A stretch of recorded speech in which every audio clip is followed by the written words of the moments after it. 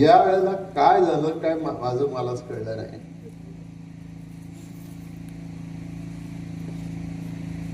आणि मग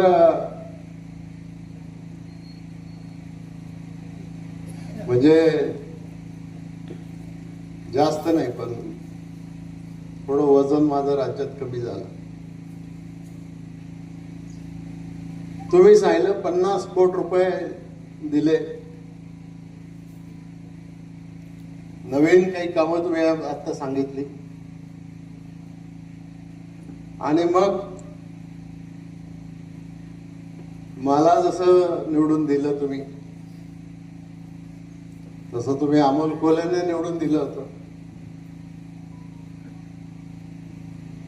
त्यांनीही बरीच कामं केली असतील गावात, आणि 1 रुपयाचं काम नाही केलं.